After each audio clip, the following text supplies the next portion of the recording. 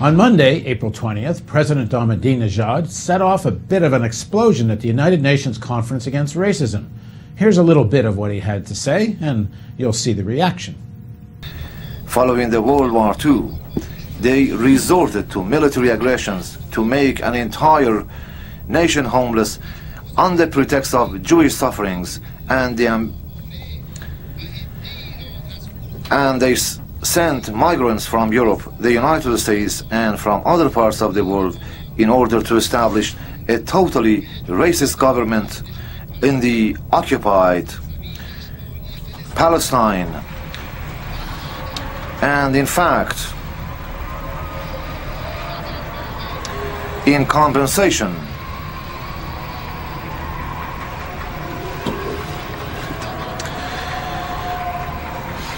for the dire consequences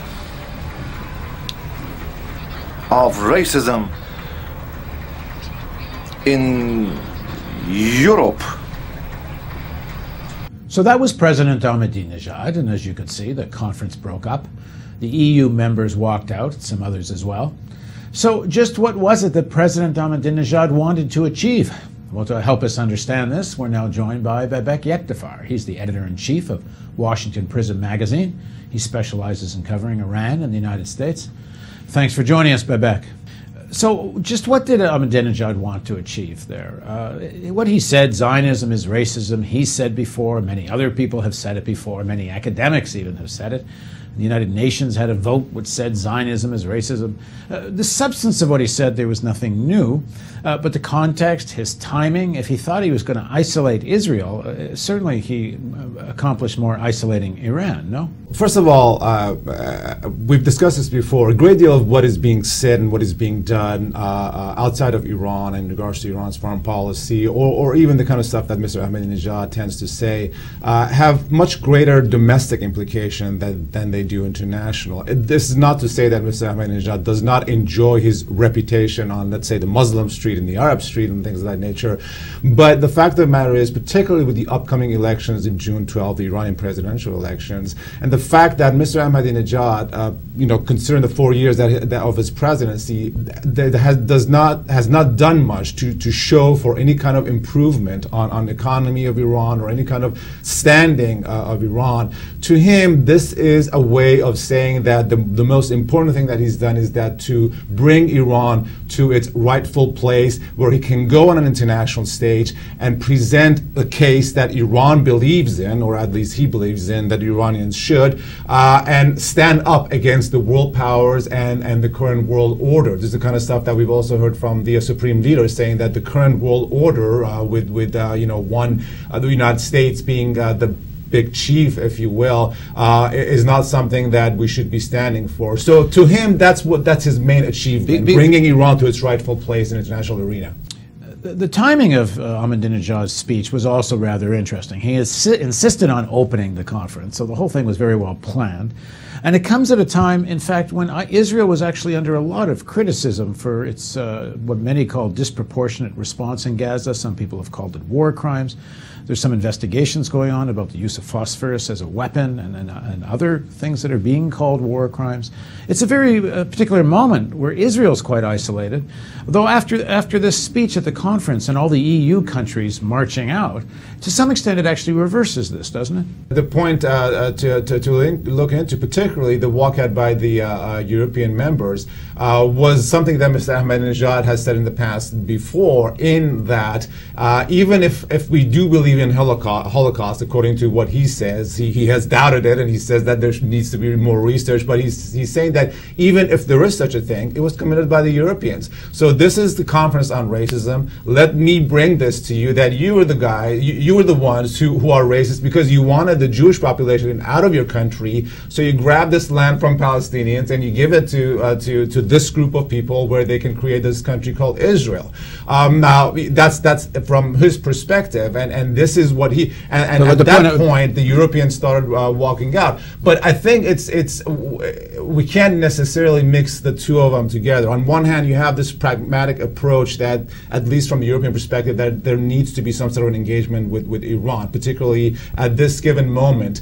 But on the other hand, I don't think Europeans or any other serious politician want to be seen or labeled as anti-Israeli when you have someone with Ahmadinejad's character going up there, even though I think a lot of them expect it. And another important thing is that with Ahmadinejad, you get what you see. Sometimes I think it's hard for people to understand that he truly believes that he's standing for justice, and that has been an issue of his even before he became a president, talking about the Palestinians and the plight that they're in. And his whole thing is that there should be elections as to whether or not the whole population wants a state called Israel. The timing of his speech is interesting in another respect. Last time there were some serious negotiations going on with the U.S., with Europe, about the Iranian nuclear energy program. Ahmadinejad organizes a conference on whether or not there was a Holocaust and invites Holocaust deniers from all over the world. And many analysts at the time said that perhaps he had timed it this way precisely to scuttle the negotiations. And now we're at another time where there's some possibility, at least, of serious discussions between the U.S. and Iran. And we have a very staged event where he comes and blows this conference apart. It seems once again, perhaps, to undermine the possibility of real negotiations, pulling off something I'd call a stunt. That there are as many people in Iran as there are in the United States or some other countries who do oppose any kind of rapprochement between particularly Iran and the United States, or any kind of opening that, because there's a lot of money involved, particularly in Iran, with certain groups in Iran who do not want to see that to happen. Yes, so there are a number of people who will find ways of opposing that. But I think the one serious, meaningful thing that we can think of in this particular regard is something that I pointed to before, in that Ahmadinejad sees his presidency, and again, the upcoming election is an important element in this. He sees that as the most important thing that he has done, something that his predecessor Khatami and his reform movement was not able to do, was to bring Iran back to this stage, in his mind, elevating Iran to this status where they can stand up to what they call the oppressors of the world, be it the United States or be it Israel or other countries, and they want to be able to negotiate from the position of what they regard as strength, as opposed to being told you do this and that. But there were segments inside Iran, particularly from what would be regarded as a reform media, that criticized his trip, essentially saying that there were only 2 or 3 presidents in this whole conference. Why did we have to send our president there to do this? And his advisor should have known that by this kind of speech, you would have the spectacle of people protesting, throwing tomatoes at him at one point, and also a walkout. But on the other hand, if you also listen to Iranians, they're saying that talk is nice, and there's been a lot of that, but action has not been following the talk. Because just a week before President Obama sent that New Year message to the Iranians, he renewed the Iran Sanctions Act. And to Iranians, the action itself does not necessarily match the talk itself. So they want to see more action on all fronts, as opposed to saying, well, we will soften up, but they still have to do this and that. Again, a lot of time when you hear Iranians right now, the one common thread that you see in their arguments is that we need to be treated with respect on equal terms, and that's the only way that we can engage in a dialogue. So even though it seems that way, I think you still have these political maneuvering and games that are being played for one-upsmanship to be at a state where supposedly they'll be on equal terms when the time comes for negotiations. Thank you for joining us, Babek, and thank you for joining us on the Real News Network. And don't forget the donate button, because if you don't donate, we can't keep doing this.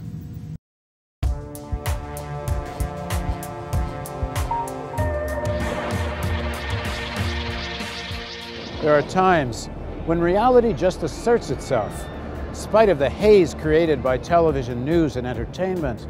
Sometimes crisis rips a tear in the fabric of myth and propaganda. Now a profound economic crisis has ripped asunder the American dream itself. Millions of people losing jobs and homes. They lack proper health care and any real sense of security.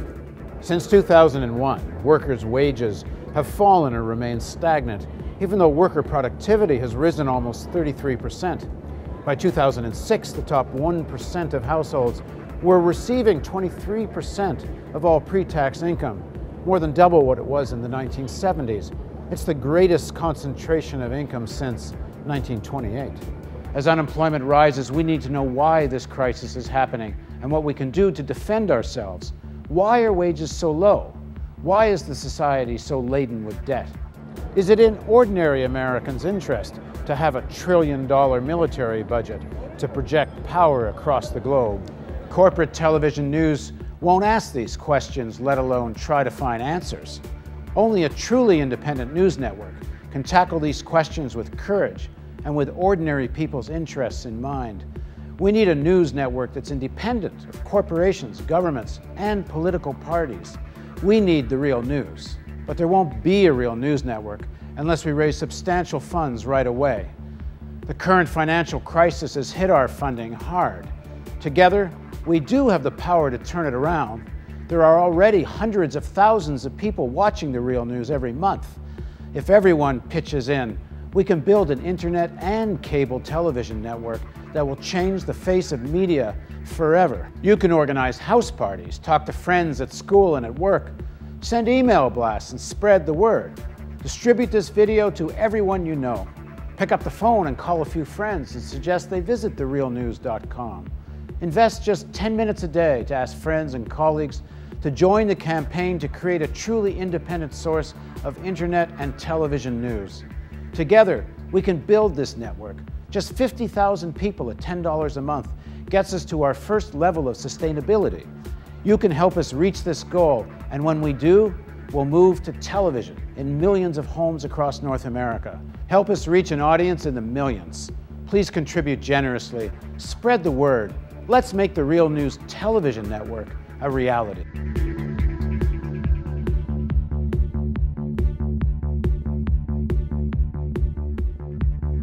Your tax-deductible donation makes it possible. Please contribute at therealnews.com.